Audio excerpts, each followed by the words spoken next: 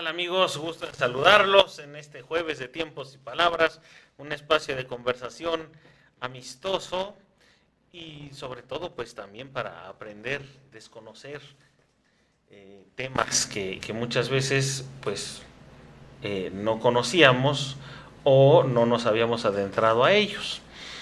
Y bueno, estoy al lado del maestro Marcial Guerrero.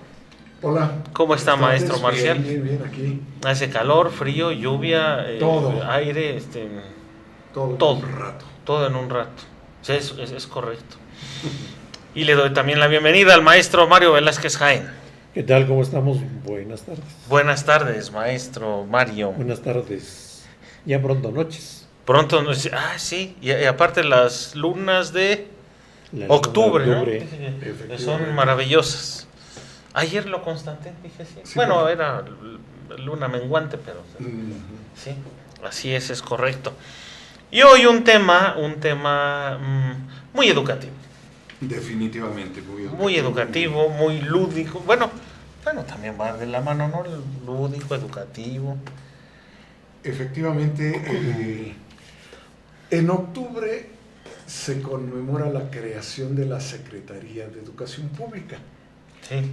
En octubre de 1921, por indicaciones del entonces presidente Álvaro Obregón, encarga al que en ese momento era rector de la Universidad Nacional de México, todavía no autónoma, lo fue 8 años después, a José Vasconcelos, le encarga que sea el titular de la Secretaría de Educación Pública, designación que no pudo ser más atinada, y empieza. No quiere decir esto que antes no existiera un organismo estatal encargado de la educación pública, pero habían sido fórmulas del México independiente, fórmulas un poco elementales, básicas y sobre todo muy centralizadas en las grandes ciudades. De hecho, el medio rural no era atendido, no era considerado prácticamente en estas instituciones educativas, salvo que hubiera por allí más o menos un pueblo con una población infantil más o menos suficiente, pero aún así los niveles de educación eran hasta muy cortos años y sobre todo más indicados para los niños que para las niñas. Las niñas, si aprendían a leer, si eran atendidas en esto, era porque en la casa o las monjas, recordemos una cosa, la educación, sobre todo en la época virreinal, estuvo controlada por la iglesia, dirigida y controlada por la iglesia. Tenían las escuelas básicas y también las superiores. La Real y Pontificia Universidad, pues lo está diciendo, dependía de la iglesia, era una universidad prácticamente escolástica, con mucha herencia medieval. Entonces, desde la educación básica hasta la superior, la generación de la Secretaría de Educación Pública dio un vuelco definitivo y fue la puerta que abrió la educación pública y generalizada universal a la República Mexicana. Aquello que había sido el ideal del México independiente del siglo XIX finalmente empieza a cobrar forma, y eso por la visión, la entrega, la vocación de profesor que tenía José Vasconcelos, y que la vuelca, porque él no dijo apréndanse las letras con el silabario de San Miguel y se acabó. No, busquemos métodos y caminos. Una preocupación fundamental, la desanalfabetización. Creó un departamento, a ver, repítelo. Desanalfabetización. Bueno, se están riendo de mí. No. Y generó un analfabéticos. Pero el departamento se llamaba así, de desanalfabetización. Sí, ya lo dejé de correr. Genial. Era un departamento especial. Desde allí arranca. Y además, alfabetizar traía consigo otro beneficio implícito: la castellanización, que si bien en un principio despertó medidas un tanto equivocadas, Por lo siguiente, porque castellanizar parecía que implicaba erradicar las lenguas autóctonas, y no era ese el sentido. Esto hasta hace muy pocos años empezó a cobrar fuerza el respeto a las lenguas y las culturas y tradiciones indígenas. Así que por eso hoy quisimos abordar este tema, destacando en un primer momento, porque el tema es Amplio. extensísimo, pero en un primer momento, ¿qué hace Vasconcelos para que esta secretaría, todas son importantes en nuestro país, pero esta es una de las de proyección nacional, porque busca llegar a los más lejanos rincones de nuestra patria? Esos recovecos en los que pareciera que hay un olvido, ahí ya está, Ahí está una escuela. Una escuela rural, Sí. una escuela bilingüe,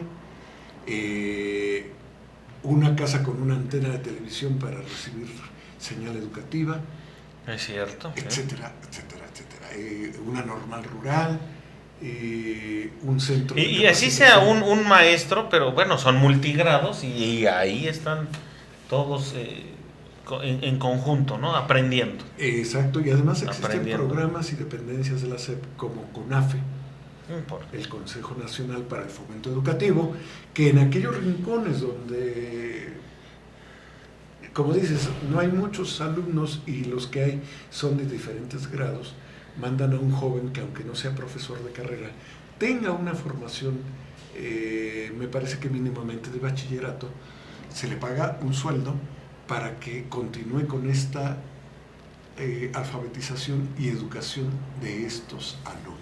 Los Entonces, multigrados. vamos a platicar un poco de esto que detona el buen ingenio, el buen pensamiento y la mucha filosofía de José Vasconcelos en estos momentos, cuando era reconocido como el maestro de México y el maestro de América. Después de una educación positivista, Pero si nos remitimos más atrás, el primer encargado de la educación en México, pues fue en la época de la colonia, ¿no? de la colonia, claro. Estamos hablando de Zumárraga, Sí. un personaje algunas veces vilipendiado, pero poco conocido, pero que tuvo una labor impresionante, porque empiezan ellos, junto con los franciscanos, en la creación del primer colegio en Texcoco. ¿Por qué Texcoco? Porque era el lugar a donde en la época prehispánica estuvo ese gran poeta Nezahualcóyotl. Nezahualcóyotl, y se decía que ahí había existido una gran biblioteca que fue abandonada, quemada y demás, ¿no? Entonces de ahí surge un primer intento de la escuela de los naturales, y esa escuela de naturales después se pasa a Tlatelolco, y de Tlatelolco ya construyen un edificio con el propósito precisamente de dar a los naturales todo esto. Y Zumárraga se da cuenta de que hay que hacer otras obras. Entre Zumárraga y otros que le suceden, pues viene creciendo la necesidad de la educación, hasta que en un momento dado se genera lo que después fueron pues el Real Seminario de Ingeniería, por ejemplo, ya para educación superior. Había una educación en teología por aquí, por allá, y después se funda primero la Real Universidad. ¿Y por qué Real Universidad? Porque la fundan un poco la corona, pero bajo la idea no precisamente teológica, sino ya un poco saliendo de este terreno. ¿Por qué? Porque los franciscanos eran roterdamistas. Entonces el roterdanismo apuntaba en Europa, en ese momento, ya como una idea un poco protestante, ¿no? Entonces surge la Real Universidad y más tarde se hace pontificia. Entonces, para obtener los grados y la equivalencia en grados que en Europa se daba, entonces cuando le dan el título de Real y Pontificia Universidad. Después se establecen otra serie de colegios el colegio primero el de Tlatelolco, después en San Nicolás Hidalgo, después los seminarios, algunos adquieren una categoría de centros educativos en educación media y superior, como es San Nicolás Hidalgo, Tlatelolco y también Tulancingo. Entonces, y también la parte de en Atotonilco y en Meztitlán se forman, por un lado, los agustinos, principalmente. Entonces los agustinos entran en conflicto, un poco en competencia con franciscanos, y los pleitos entre sotanas ya se imaginarán cómo eran, ¿no? Nada nobles.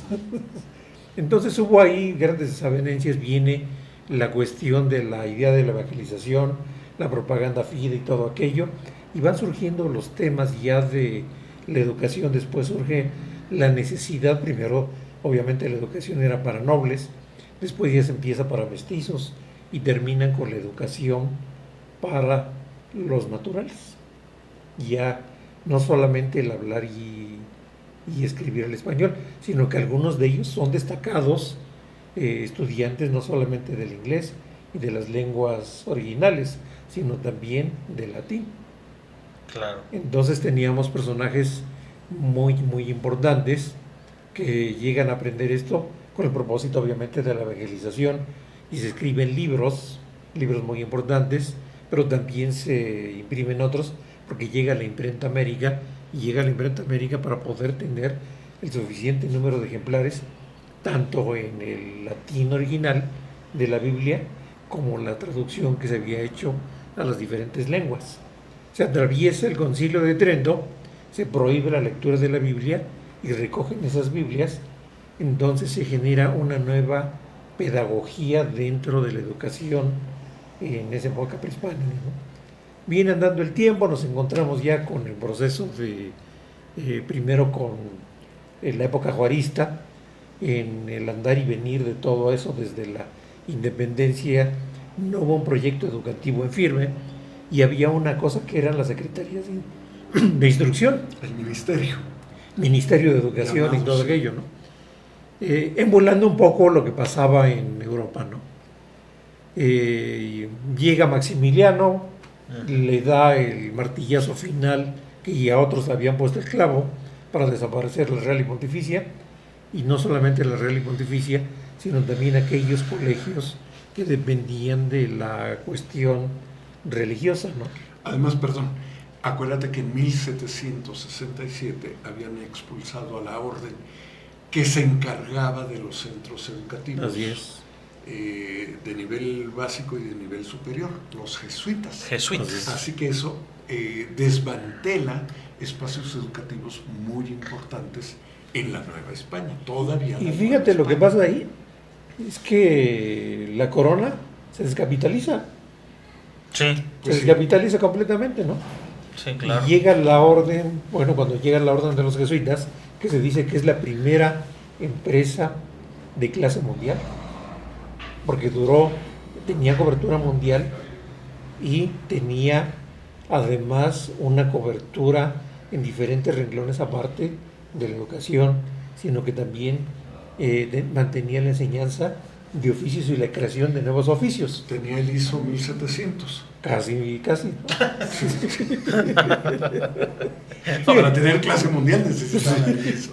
Muy bien. Entonces esto es un tema extensísimo, el tema de educación, ¿no? Claro. Pero extensísimo. Entonces, pero andando el tiempo, pues llegamos ya a la época de la independencia, la reforma, con Juárez, bueno, ya viene con Juárez, y un poco antes se crean el equivalente a la cuestión de los institutos, de los liceos y todo esto que en Europa se daba.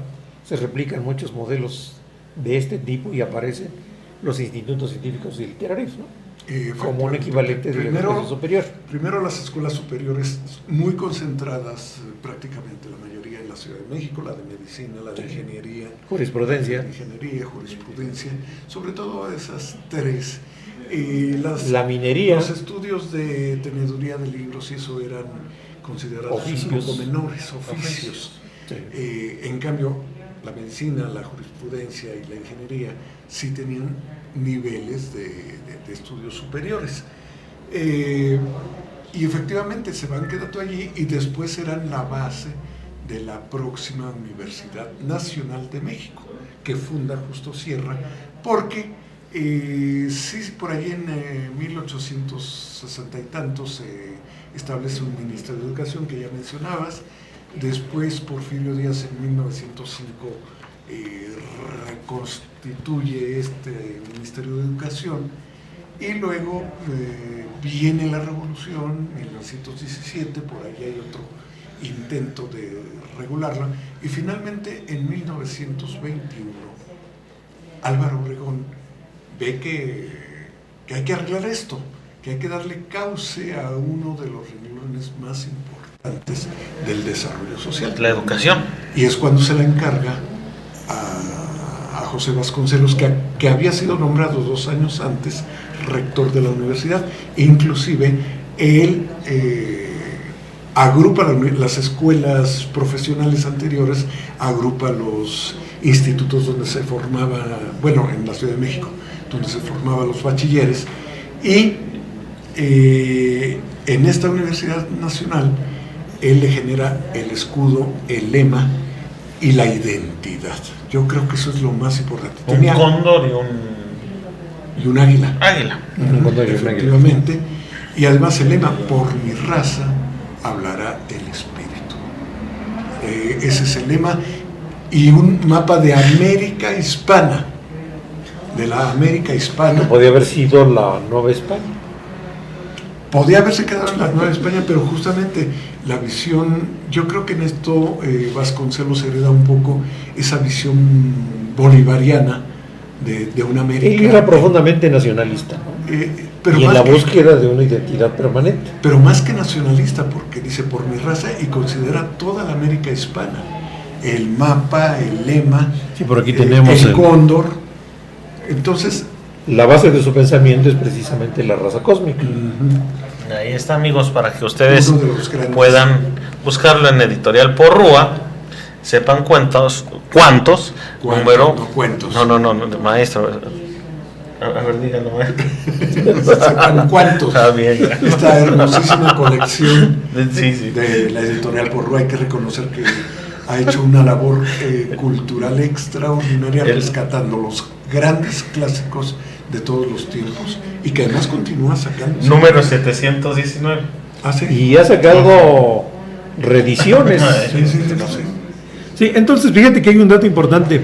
El secretario que más tiempo duró o ha durado es uno que dura 19 años. ¿Qué dura qué? 19 años. En 1882 es nombrado Joaquín Baranda. Don Joaquín Baranda, quien tiene la habilidad hasta 1901, imagínate, con Porfirio Díaz y bajo la idea del positivismo, pero tiene yo diría la gran fortaleza de haber reclutado pues a los más importantes hombres de pensamiento como Manuel Flores, Enrique Rebsamen, Carlos A. Carrillo, Justo Sierra, Alberto Correa y Ezequiel Chávez, entre otros.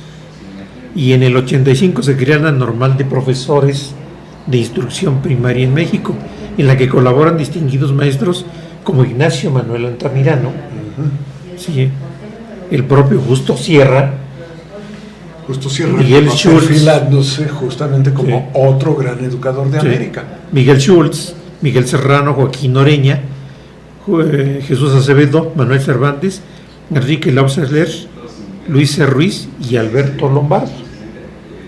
¿Sí? Entonces imagínate la variedad de pensamientos y desencuentros de ideas. Han de haber sido fabulosas sus conversaciones. Sí, además recordemos que ya desde entonces, con esta confrontación y desarrollo ideológico entre los grupos de masonería, pues realmente se generaban pensamientos, algunos muy de avanzada para esa época. Sí, y fíjate que también hay un dato interesante, porque con este señor Baranda promulgan la ley que garantiza el derecho del Estado para conducir la educación, y después realiza el Congreso Constituyente de la Enseñanza. Ese Congreso Constituyente de la Enseñanza da lugar a una serie de cuestiones y políticas de Estado muy importantes porque ya se define la educación primaria, las escuelas rurales, la escuela de adultos, por ahí alguno desarrolla, no recuerdo quién, la escuela de párvulos. La escuela de párvulos, que era la escuela, el equivalente al sistema francés. El párvulos francés se viene a identificar primero como el párvulos aquí y después ya se transforma en el modelo alemán, el kindergarten. Eso iba a decir. ¿Es lo mismo? Sí, ¿O tiene peculiaridades? Aquí está, sobre la escuela de párvulos. Las escuelas de párvulos se destinan a la educación de los niños entre 4 y 6 años. O sea, para esa época ya llevar a los niños de 4 o 6 años pues ya era un avance, pues, sí, era. Con el objeto de favorecer el desenvolvimiento físico, intelectual y moral. Cada profesor debe tener a su cargo el máximo de 30 párvulos. Ay. Las asignaturas serán juegos libres, gimnásticos, dones de fraile, trabajos manuales y de jardinería y conversaciones maternales y canto. Es decir, los procesos de maduración en la infancia para prepararlos justamente para el ingreso. Ya se establece la enseñanza elemental sobre las escuelas normales, sobre la instrucción preparatoria, y así hasta que llega la revolución, cuando le encargan renuncia a este señor, Porfirio Díaz designa a Justino Fernández como ministro de Justicia e Instrucción Pública. Y al poco tiempo a Justo Sierra. Para encargarse de lo educativo, y nombra a Justo Sierra como subsecretario. Subsecretario en principio, sí. Díaz se reelecta y se crea la Secretaría de Instrucción Pública y Bellas Artes. Que es muy diferente. Cuyo primer titular fue precisamente Justo Sierra, entre 1905 y 1911. Y fíjate cómo ese esquema de instrucción pública y bellas artes perdura inclusive después de la revolución hasta hace muy poco. Sí. Porque recordemos que la Secretaría de Educación Pública se convierte en un aparato macrocefálico que incluía el deporte, la cultura, las artes, la ciencia, al punto de que llegamos hasta la época en que se separa la Secretaría de Educación Pública y se constituye la Secretaría de Cultura. Porque el Consejo Nacional para la Cultura y las Artes dependería de la Secretaría de Educación, igual que el Instituto Nacional de Antropología e Historia, Bellas Artes, Culturas Populares, y que estas se escinden y pasan allá. Sin embargo, todavía tiene mucho peso la Secretaría en ese aspecto. Pero, insisto, estos esquemas venían ya desde hace más de un siglo. Sí. Entonces, en 1910. Perdón. Y otra institución que recientemente consolida su autonomía en forma de secretaría, que es la de Ciencia, Tecnología, Humanismo y no me acuerdo. Que se creía muy posteriores. Incluso se acaba de crear el CONACYT. No, pero el Consejo Nacional de Ciencia y Tecnología, con este sexenio, pasa a rango de secretaría y se enriquece con los conceptos de humanidades y siempre se asocia con humanidades. ¿Cuál otro? Recuerden, son ciencia, tecnología, humanidades y se me fue ahorita la palabra. Bueno, y ya con rango de secretaría. Sí, eso es fundamental. Pero fíjate que aquí también se crea la Universidad Nacional y la Escuela Nacional Preparatoria a la sombra precisamente de Justo Sierra. Viene el proceso de la revolución. En la revolución pues obviamente no hay muchas cosas que trabajar. Entre 1911 y 17 fueron designados 17 secretarios de instrucción pública. Y con Carranza se forma la educación media y las normales. Los gobiernos estatales y distritos territorios federales se le delega mucho de la educación. La Universidad Nacional queda a cargo del departamento universitario creado en el Poder Ejecutivo Federal.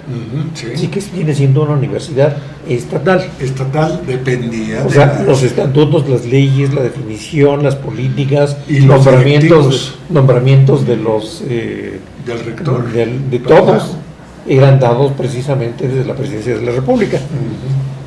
Yo creo que era muy parecido a lo que en la Universidad Real y Pontificia se hacía. En la Real y Pontificia era designado el rector y después había una gran misa en catedral. Regresaban al plantel y curiosamente le rendían culto y pleitesía a alumnos, maestros y directivos en las cosas santas y honestas. Entonces ya viene todo esto. Félix Pallavicini, secretario de Educación Pública y Bellas Artes ya en ese momento, con una visión con el grupo indigenista Militares, transforma la Escuela Nacional de Artes y Oficios en la Escuela Práctica de Ingenieros Mecánicos y Electricistas para superar la simple capacitación elemental de las artes manuales. O sea, aquí ya entra ingenieros militares para apoyar en la construcción de este. Entonces son temas interesantes. Después de esto, pues llega nada más y nada menos que el señor Vasconcelos, nombrado rector de la Universidad Nacional por Adolfo de la Huerta. Exactamente. Sí. Y la secretaría se funden con él. Entonces, para Vasconcelos habría una diferencia entre instrucción y educación, que es algo por lo que él lucha. Dice, bueno, tenemos que diferenciar la instrucción con la educación, porque la instrucción es entrenar habilidades, mientras que la educación son establecer ya modelos de conducta que puedan reflejarse en una actitud moral y en una actitud que le permita tener al alumno una forma de razonamiento y pensamiento. ¿De dónde rescata esto? Pues del humanismo. Exacto. Entonces, fíjate que su secretario, ¿quién crees que era? Carlos Pellicer. Entonces, Carlos Pellicer, de muy joven, acompañando a Vasconcelos, cuando se crea la Secretaría de Educación, resulta que Carlos Pellicer, pues obviamente, imagínate que no platicaban estas personas. Entonces le dice a él, dice, oye, se cuenta que vas aquí al Paria, ¿no? En este caso va a Tepito. Entonces se anda dando por ahí sus vueltas en Tepito y encuentra una imagen, una escultura de la diosa Minerva. Entonces llega y le platica, fíjese, señor secretario, que acabo de ver una escultura de la diosa Minerva, tiene un detallito por ahí, pero esa es una escultura, saca de su propio peculio dinero, dice, pues vete por ella.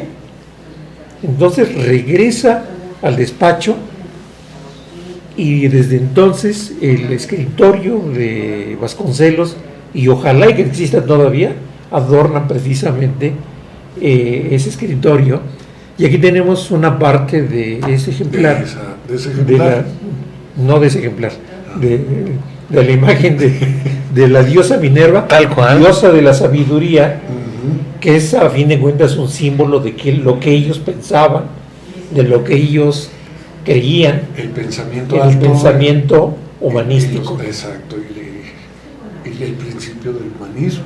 Entonces el principio del humanismo permea precisamente y atraviesa toda esta gran época de construcción de la Secretaría de Educación Pública, ¿no?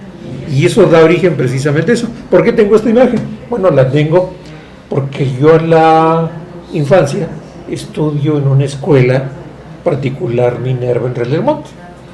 Entonces Minerva me ha acompañado en nombre primero y ahora con figura en mis días de lectura y en mis días continuos, ¿no?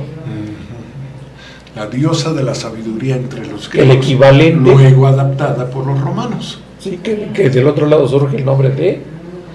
Estaba ahorita pensando... Tiene su nombre. Ajá. Minerva es el nombre romano. Romano. El griego es... ¿De la sabiduría? Ateniano. Atenea. Sí, creo que es Atenea. Sí, Atenea. Sí. Es de la sabiduría, ¿no? Porque Minerva es romano. Es el romano, el nombre latino. Que de hecho aquí trae la coraza muy romana. Recordemos que los romanos, al conquistar a los griegos, jalan su cultura, jalan su religión, jalan el Olimpo griego y lo único que hacen es traducirlo, pero queda tal cual con los mismos dioses. Entonces, la Atenea griega se convierte en la Minerva latina. Sí, entonces dentro de la obra de Vasconcelos, pues viene la atención a las escuelas rurales, la creación de bibliotecas, se impulsan las bellas artes y la difusión cultural clásica, el intercambio cultural con el extranjero, y la investigación científica. O sea, ya es, digamos, es un avance muy importante en todo lo que es el modelo educativo. Es que fue una... ¿De dónde estamos leyendo esto? Bueno, es de un libro que se llama 112 años de la educación en México, de 1900 a 2012, de la colección Reflexión y Análisis, de Editorial Imusa, con el autor José Antonio Carranza Palacios. Ahora, el parteaguas que constituye la administración y el impulso que le da Vasconcelos a la Secretaría de Educación Pública es muy importante, porque aunque él duró poco tiempo al frente de la Secretaría, prácticamente 2 años y medio, y que si bien no parte de cero, tampoco parte de una situación muy lograda, muy constituida. El salto revolucionario implicó también un salto de visión y de ideología.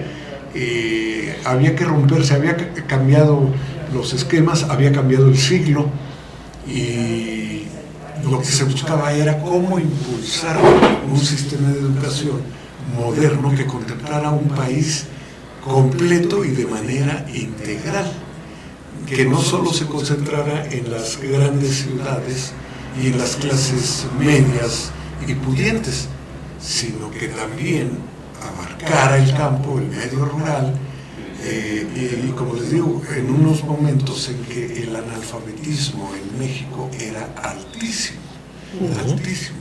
Entonces a él le preocupó mucho las culturas autóctonas. Tenía un principio de respeto a las culturas autóctonas, quizá no desarrollado con un concepto antropológico muy de avanzada. Esto todavía no da el gran salto en México, lo viene a dar mucho después con Alfonso Caso, sobre todo Alfonso Caso, Gamio, Antonio, después, posteriormente. Pero sí le interesa, y le interesa devolver a las comunidades rurales, indígenas o no indígenas, pero rurales, les interesa devolverles una toma de conciencia de su propia existencia y además de su identidad. Pero repito lo que hace un momento decía, con la alfabetización viene concomitantemente la castellanización. Y esto fue un proceso de muchas décadas. Yo recuerdo en mi infancia, en 1980... Perfecto. Sí, ¿no? Bien. Bueno, yo nazco y mi infancia la paso entre 2 pueblos del Valle del Mezquital, Izmiquilpan y Alfajayuca. Y la verdad, yo tengo gran nostalgia de estos pueblos, porque eran pueblos muy de la provincia, y que a unos cuantos kilómetros, a unos cuantos pasos rebasaba uno los límites del pueblo, y muy próximamente encontraba uno comunidades rurales, muchas de ellas pobladas por la población ñañú, reconocida entonces como Tomí, pueblos maravillosos. Afortunadamente tuve un padre antropólogo y una madre con mucha sensibilidad que nos enseñaron a apreciar toda esta cultura. Médico y antropólogo. Pues sí, médico, antropólogo y músico. Le faltó nada más lo de loco, pero también escribió una poesía. Sí, también, y nos lo heredó a nosotros. Y él, que trabajó en cuestiones de asuntos indígenas, nos trepaba su carcachita y nos llevaba a recorrer los caminos del Valle del Mezquital. Y pudimos entender y sentir una población indígena, pero además... no, los del Valle del Mezquital. Y el asunto al que me quería referir es el siguiente. Había mucho problema de analfabetismo, pero brutal. Y además también un problema de castellanización. A la casa de mis padres en Izmiquilpan llegaba gente que hablaba solamente ñañú y llegaba a pedirles a ellos que fueran los padrinos de sus hijos. Y mi padre, recuerdo que cuando trabajó en el ayuntamiento de Izmiquilpan, mandó grabar con aquellas viejas grabadoras de carrete, que tú has de recordar por ahí alguna, que hayas conocido posteriormente, no en el momento. Me estás diciendo que... No que seas mayor que yo, pero no, sí. Sí, los manejé, y inclusive en algún día tendremos la oportunidad de tener un ejemplar de una grabadora no de cinta, sino de alambre. De alambre, ¿no? Bien. Qué maravilla. No, es que en serio, no había los medios. Hoy, y esto va también un poco para los jóvenes, que deben valorar qué momento viven. Este momento no se generó hace 1000 años. Este momento de la tecnología va evolucionando cada media hora, pero tuvo sus raíces en esta historia que nosotros vivimos. Entonces, mi padre había mandado grabar ciertos documentos, como la carta de Melchor Ocampo para las bodas, grabarla en ñañú, Sí. para que la gente supiera. Y además promovía mediante traductores, aunque él hablaba el ñañú, no completamente, pero sí bastante, prefería que fuera un traductor de origen ñañú el que les explicara por qué había que registrar a los hijos.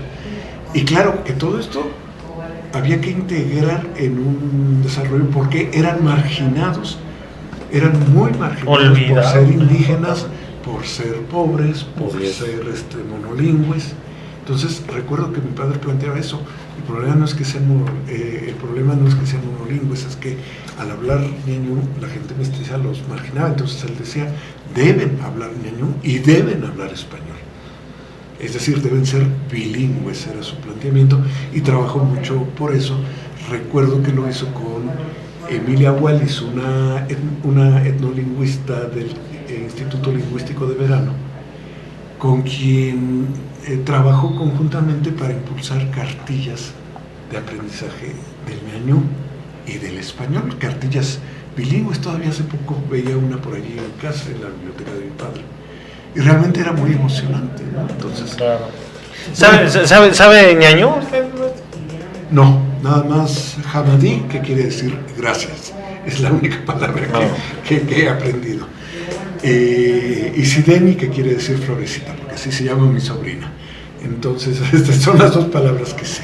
No. Bueno, todo esto hago mención por lo siguiente. Vasconcelos se preocupa por abordar el tema de la educación en el medio rural. Así es. Y no solo lo hace ¿Le da importancia al medio rural? en la educación formal primaria, Sí. en la castellanización, Sí. bueno, aunque no explícitamente, sino en la alfabetización, que obviamente traía concomitantemente la alfabetización. Y en la alfabetización desarrolla un programa social muy bonito. Desarrolla dos vertientes. Una, la de los alumnos de primaria, que supieran leer y escribir y tuvieran cierta habilidad, que alfabetizaran gente que no estaba alfabetizada, obviamente. Y el otro, y cuando ya lograban demostrar que habían alfabetizado a cierto número de personas, les daban el acceso directo a la secundaria. Era un premio para el pequeño estudiante. Y el otro era el de un equipo de un ejército de personas de buena fe, que desde su casa, desde el grupo de la comunidad, del barrio, le enseñaran a leer a gente que no lo sabía. Y bueno, desde luego les daban el reconocimiento. Esto, además, desde luego, está de la educación general, desde los grados básicos hasta los grados profesionales.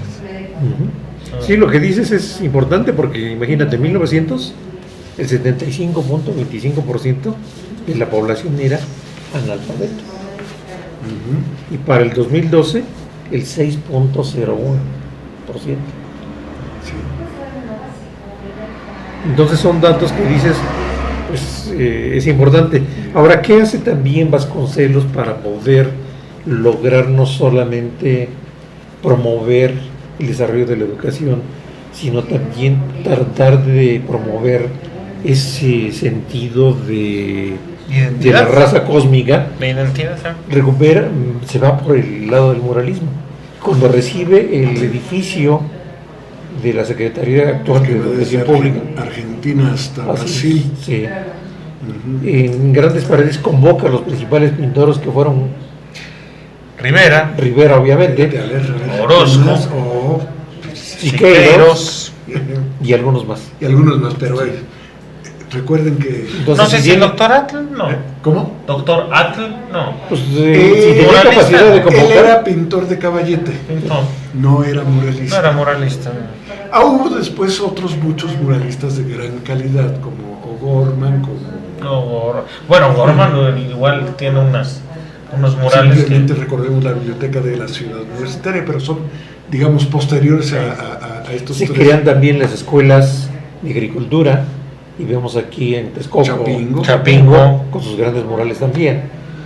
Sí, la actual Universidad Autónoma del Estado de Hidalgo también en la capilla principal algunas veces estuvo cubierta por murales. Hoy nada más sobra uno solo, que es el de dentro del salón. Es el de Bartolomé de Medina, y fuera del salón en el área politécnica, bueno, tienes todo la historia del pues toda una historia y una intención toda del trabajador. Encuentras ahí una serie de cosas.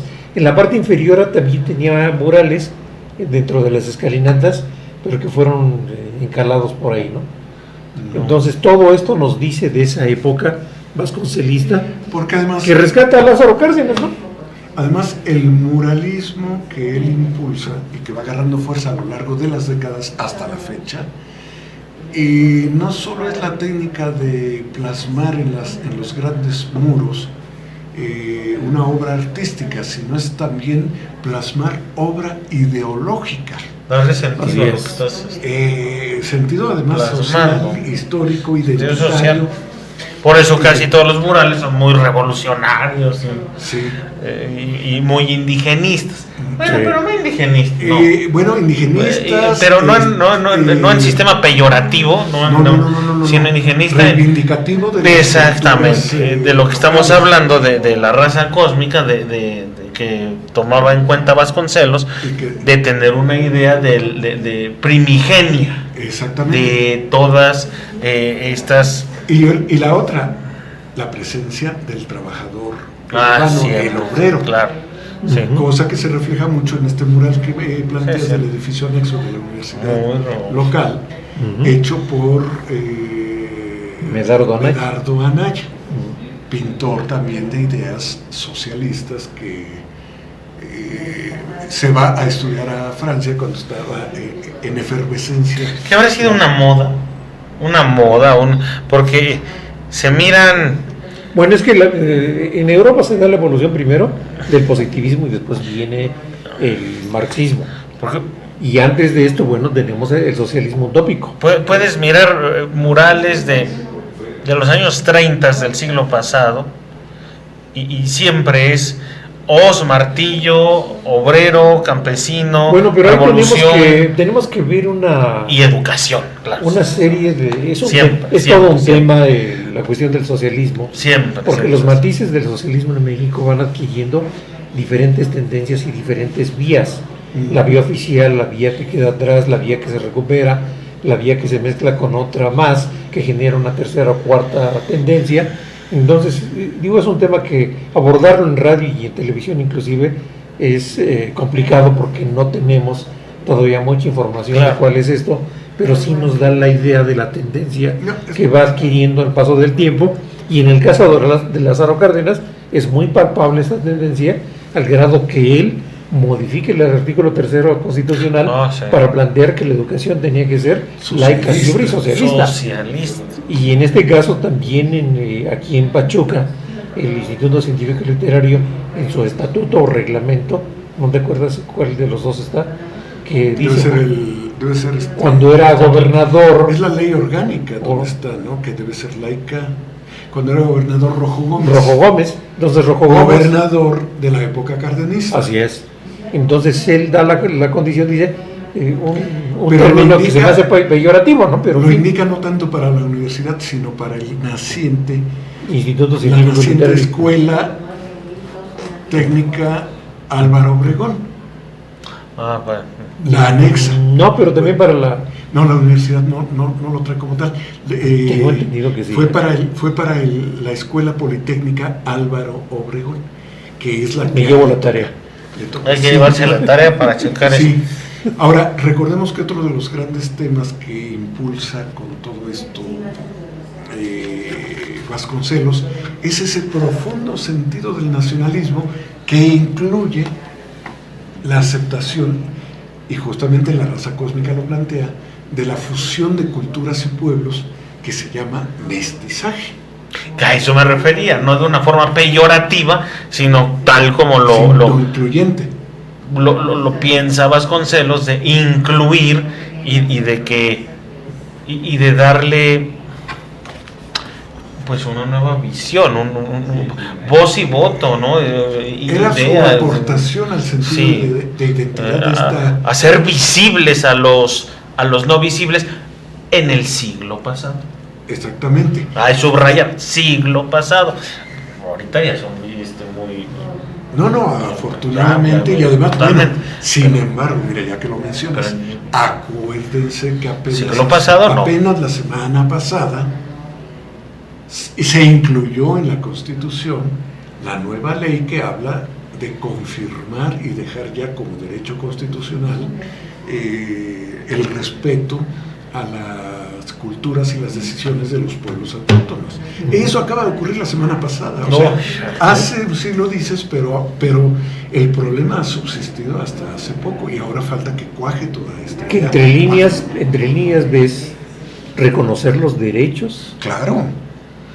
Imagínate, desde el que se eliminó la esclavitud hasta este momento, es cuando podemos decir todos realmente ya podemos ser libres en el país. Sí, y tener presencia, o sea, nuevamente volvemos a lo mismo, estas nuevas leyes incorporadas a la Constitución, fíjate, después de cuánto tiempo. Casi un siglo. 2 siglos de México independiente. 2 siglos, sí, claro. 2 siglos del México independiente. Después de 200 años. Y eso... está en ciernes. No, ya está incorporado a la Constitución, sí. Y afortunadamente hubo votación, no más que quórum, votación prácticamente unánime. Unánime. Prácticamente fue por unanimidad. Bien. Entonces, bueno, digo, no podemos negar que aunque se logre apenas la semana pasada, Vasconcelos deja unos cimientos profundamente fuertes, a pesar de que, como decía hace rato, duró 2 años y medio, poco más o menos, al frente de la Secretaría de Educación, pero trabajando a marchas forzadas, como decías, con Pellicer, con Torres Bodet, su secretario era Torres Bodet, ¿no? Su secretario. Bueno, es que se reunió de varias personas, ¿no? Su secretario particular era Pellicer. Carlos. Los subsecretarios era Bodet. Y luego estuvo también colaborando con él el joven, entonces Lombardo Toledano. Pero a ver, el jefe del departamento de bibliotecas, porque le importó mucho a Vasconcelos también impulsar la creación y uso de bibliotecas. Pero hay un detalle que igual me pueden dar un norte. Vasconcelos es secretario de Educación Pública y después se lanza a una campaña buscando la presidencia, o es antes. No, deja la secretaría para irse como candidato del estado de Oaxaca, su estado natal. Sí. Gubernatura que no obtiene. No se cuajó.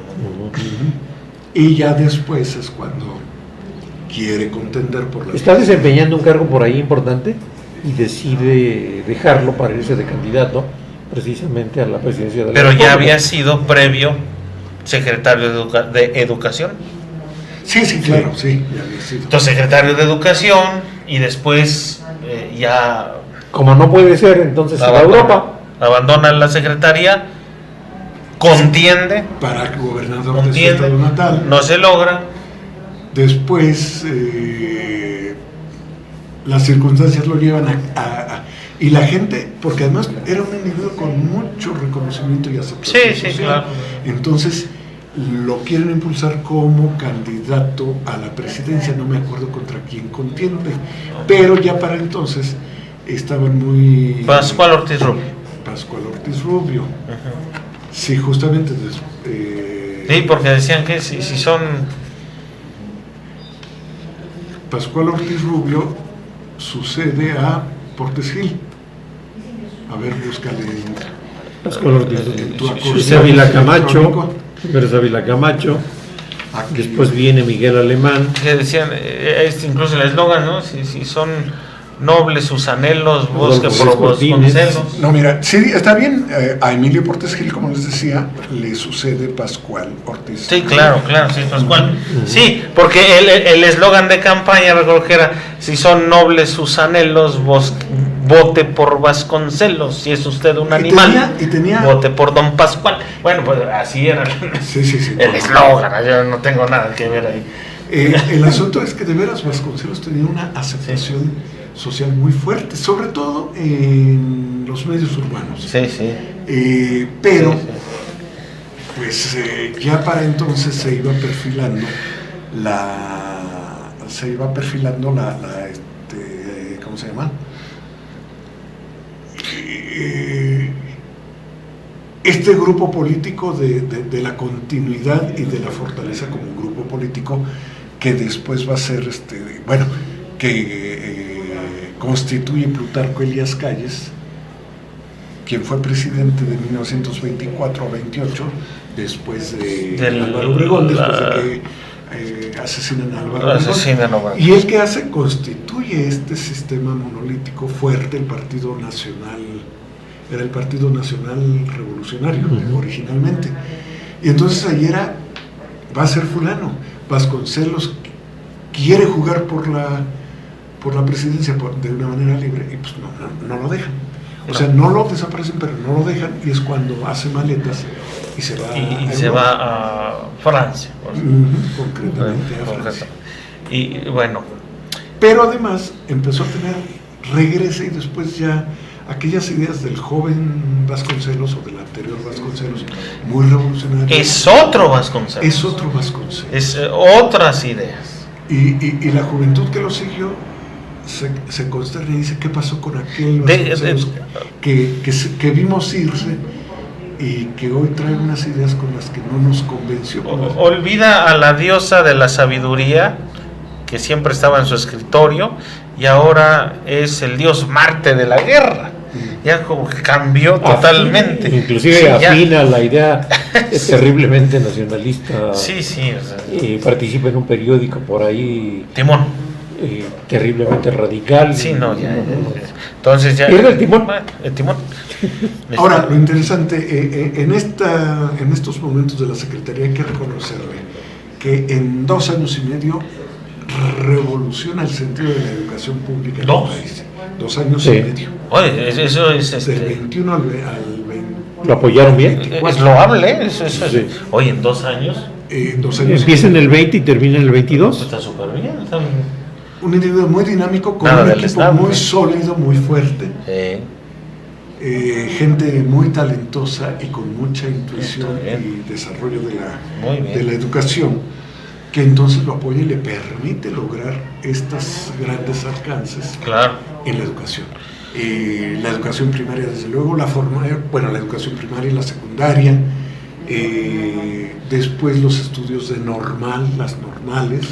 Importantes, luego la promoción de los maestros rurales. Pero sobre todo la aportación para mí, es que deja de un lado la instrucción como base de la formación, recupera la educación y decía instrucción, pero primero la educación. Claro, él hablaba de una formación integral. De hecho, es algo que después con el tiempo se pierde y se viene a recuperar mucho tiempo después. Mucho tiempo, yo diría que allá por los años 70. Es cuando siento que esto se... Pero a ver, después de Vasconcelos, obviamente ha habido otros muy buenos secretarios de educación pública. ¿Cómo? Uno de ellos es el que crea Radio Educación. Pues es justamente en 1920 y tantos. No sé si... Crea Radio Educación, no te digo quién es. Que lo crea una hidalguense, doña María Luisa Ross. Bernardo Gastelum. Gastelum. En 1924. 24, hace 100 años. Luego, ¿recuerdas que te regalé unas hojas, Mario? Para que no andes rayando los libros. Para eso son. No. Así nos decían cuando éramos pequeños, no rayen sus libros. Y Miren por qué me regañan. No, y Humberto Eco es el que, creo que sí es Humberto Eco el que dice, Si no lo rayas ni los doblas. hay libros que vas a usar toda la vida, esos no los sueltes, no los prestes, ráyalos, subráyalos, dóblales las hojas, hazles las marcas que quieras. Ahí está. Pero no los sueltes. Aquí está. Y hay Ahí otros está. Ahí está. que usarás una vez en la vida y después compártelos. Eso sí puedes prestarlos aunque no te los regresen. Sí, porque para mí rayar Pero sí es es una Eco, ruta ¿no? de conocimiento. Sí, es Eco. Humberto Eco. Sí. Bueno, si lo rayas así, si el libro fuera como códice, sí. Fíjate, una anécdota. Un día estaba estudiando, mi hija era pequeña, y estaba yo con el plumón, leyendo y subrayando con el plumón fosforescente, ¿no? Volteé y me dice, papá, ¿te ayudo a rayar? Le digo, sí, ¿cómo no? Le doy el libro, volteo el libro, todos los renglones rayados, ¿no? Todo lo raya. Además es muy curioso, entre paréntesis, compré un libro de Mercé Rodoreda, La Plaza del Diamante, novela hermosísima de las postrimerías de la Guerra Civil Española, hermosísimo, doloroso, se lo recomiendo muchísimo. Y yo lo leí por recomendación en Proceso de García Márquez y no me arrepentí, hermoso libro. Y lo compré y lo presté casi con características de regalo, porque me lo regresaban unas 5 veces, hasta que la última dije, quiero que lo lean mis hijos. Y la verdad es que el precio que salía eran altísimos, hasta que encontré un precio muy accesible en Amazon, y era un libro usado, y me lo mandan de Estados Unidos. Y lo curioso es que estaba rayado, entonces fue una sensación muy especial, porque fue como entrar en diálogo con aquella persona que yo no conozco, pero que se había acercado. Diría Humberto Eco, los subrayados son rutas de conocimiento. Sí. Pues Qué sí. manera de justificarse, amigo, ni modo. Bueno, pero entonces, Bueno. aparte de Gastelum, Bueno, fíjate otros- que hay una cosa que se crea. otros También, secretarios. Algunos crean en el Museo de Historia, en el Castillo de Chapultepec. Claro. Y este es en la época de es Gonzalo Vela. Fíjate, curiosamente, Gonzalo Vela fue con Lázaro Cárdenas y era etiquetado como socialista y se convierte en el primer rector de la Universidad Nacional Autónoma de México en el 29. Bueno, ahorita que hablas del... El Instituto Nacional de Antropología, no lo podemos dejar afuera. Exactamente. En el 39. Y justo, ¿cuándo? 39. 39. Justamente con Lázaro Cárdenas. Y justamente cuando había una colección de objetos antiguos que llamaban Museo de Historia en la calle de Moneda, donde hoy está el Museo de las Culturas Mundiales, algo así. Un museo etnográfico hermosísimo, se lo recomiendo. Y ahí estaban piezas, pues era más una colección de piezas históricas que un museo en el estricto sentido del término, y entonces se elige el castillo de Chapultepec, que lo deja de usar como palacio presidencial Lázaro Cárdenas, y manda a construir una modesta, muy modesta casa en Los Pinos. Es la casa En el más... Parque de la Hormiga. ¿El Sí. parque de qué? De la Hormiga. De la hormiga. Sí. Y pero muy modesta la casa, nada de la ostentación de las posteriores casas. Bueno, y le encargan a la gente que trabajaba allá en el reciente Instituto de Antropología e Historia que hiciera el inventario de las piezas para llevarlas al Castillo de Chapultepec, que ya se habría constituido para entonces en el espacio para el Museo Nacional de Historia. Es correcto. Y entre esos hay allí un joven antropólogo que le encargan participar en el inventario de las piezas, y este joven antropólogo, cuando vio el piano de Carlota, dice, déjenme tocarlo porque estaba prohibido que ocurriera eso, dice, déjenme tocarlo porque en el registro debo decir si el piano se va afinado o no. Y cuenta mi padre que se dio el gusto de tocar el piano de Carlota. Así que fue una pequeña travesura de un joven antropólogo entonces, ¿no? Ahí está. Sí, nace también en el 40 el Colegio de México. Pero sí, hay muchos. En otra ocasión hablaremos de grandes educadores, de grandes secretarios, porque además a mí me tocó trabajar en proyectos muy importantes. ¿Educativos? En la Secretaría de Educación Pública, en la Dirección de Educación Normal y en la Dirección General de Capacitación y Mejoramiento Profesional del Magisterio, dos direcciones muy importantes que desarrollaron programas intensos, sobre todo estos programas de profesionalizar con un mayor grado a los profesores en servicio y ofrecerles de un nivel técnico al nivel de licenciatura para elevar el rango de profesionalismo y la mejora consecuente de sueldos. Y en esto tiene mucho que ver precisamente en los tiempos de Echeverría, don Víctor Bravo Aguja, que fue un gran educador, poco reconocido, porque no era escritor ni era artista de las letras, pero fue un individuo con una visión educativa extraordinaria. Hay un libro de él que se llama La Obra Educativa. Sí, casado con doña Gloria Caballero, una lingüista y literata notable también. Genial.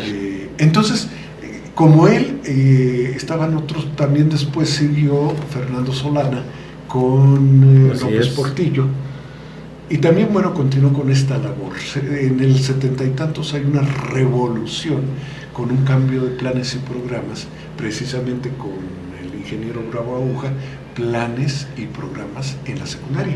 Me tocó también la satisfacción de participar en esta difusión de los nuevos programas de estudio de la secundaria, el Plan 73. Entonces, que fue un avance, pero considerable, ¿no? Es decir, sí ha habido avance, continuidad, unos con mayor empeño, otros con menos notabilidad, pero la Secretaría sigue siendo una de las dependencias del gobierno federal con mayor proyección social y geográfica en la República Mexicana. Y una de las más importantes. Bueno, pues, entre tantas más. Oye, pero no podemos dejar de ver a Jaime Torres Bodet. Desde luego. Jaime Torres Bodet en el 46, la primera vez que es secretario de Educación. En septiembre del 46, meses antes de terminar su administración, Ávila Camacho expropia mediante el decreto 733 hectáreas en el Pedregal para la construcción de la ciudad universitaria. En el 46. Entonces él es el que ya trae el proyecto de la ciudad universitaria, que lo cristaliza Miguel Alemán. Sí. Entonces yo creo que es un tema muy, muy interesante. Y muy extenso. Sí, no, ese tema es muy extenso, el tema de la educación y de los secretarios y la obra educativa de cada uno de los presidentes en todo este periodo. Yo diría que es la parte más importante, porque es cuando se forma el sistema educativo nacional, y es cuando se forman, aparte de un sistema educativo nacional, toda una serie de estrategias que van configurando, van nacionalizando, van organizando este sistema educativo desde el nivel más preescolar hasta el nivel superior y posgrado, ¿no? Y ahí encontramos la aparición dentro de esto, por ejemplo, en el 58, de la Asociación Nacional de Organizaciones e Instituciones de Enseñanza Superior, con el previo antecedente de la Asociación de Escuelas Superiores en México. Entonces viene todo esto creciendo. Después encontramos ya la parte de la planeación educativa como un primer esfuerzo por organizar los contenidos.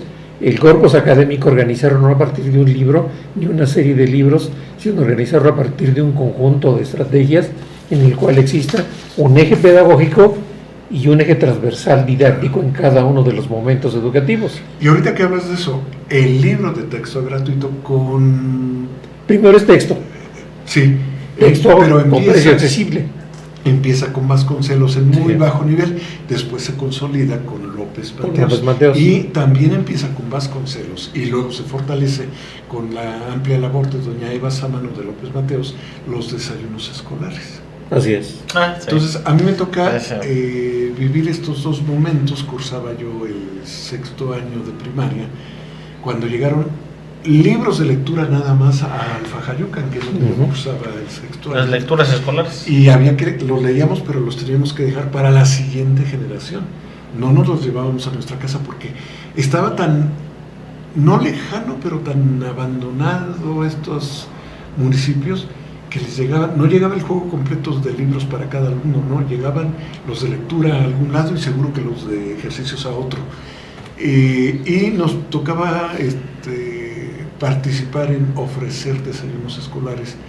Nosotros como alumnos mayores de sexto año recibíamos ollas enormes de una torre que se hacía con leche en polvo ya todo preparado y bolillos. Y eso se ofrecía como desayunos escolares ¿Qué estoy saboreando? Aquellos bolillos con plátano. ¿Con qué? Con plátano y la leche. Pues aquí la mañana entera era el bolillo. Muy sabroso, ¿eh? Muy bien. El bolillo. Yo todavía lo recupero, fíjate, de vez en cuando. También. Sí. Bueno. De hecho, mi desayuno escolar. Desayuno escolar. Pues ahí lo tienen, amigos y amigas. Ahí está. La educación es... En México el tema de educación es Es amplísimo. Mira, el tema de educación sin que sea de México. Es amplísimo y es un derecho humano. Y si uno lo habla todo un derecho. como profesor, y me encanta la palabra profesor, es muy rica profesor, una, maestro, otra, complementarias pero no sinónimos, docente, cada una tiene una función que lo diferencia, pero haber sido profesor fue para mí una de las más gratísimas experiencias laborales en la vida. Sí, claro. Así es. Sí, así que, Muchas gracias. Gracias, maestro Mario Velázquez. Gracias, Buenas noches. maestro. Gracias. Hay muchas cosas que se quedan en tintero. Muchas cosas que se quedan en tintero, pero bueno, ya lo abordaremos en un futuro próximo. así es. Y el maestro Marcial Guerrero, gracias, maestro. Hasta luego. Bastante interesante y educativa Sí. la ponencia, bueno, y pues nosotros nos vamos porque vendrán otros programas y hay en que ir a JMS, estudiar. hay que ir a estudiar porque nos ve la diosa Minerva de la sabiduría. Y si no viene en la noche y nos jala los Y pies. sí, nos jala los pies y no estudiamos. Así es. Así que nos vemos el próximo jueves de Tiempos y Palabras aquí en JMS, naturalmente. Hasta el jueves próximo.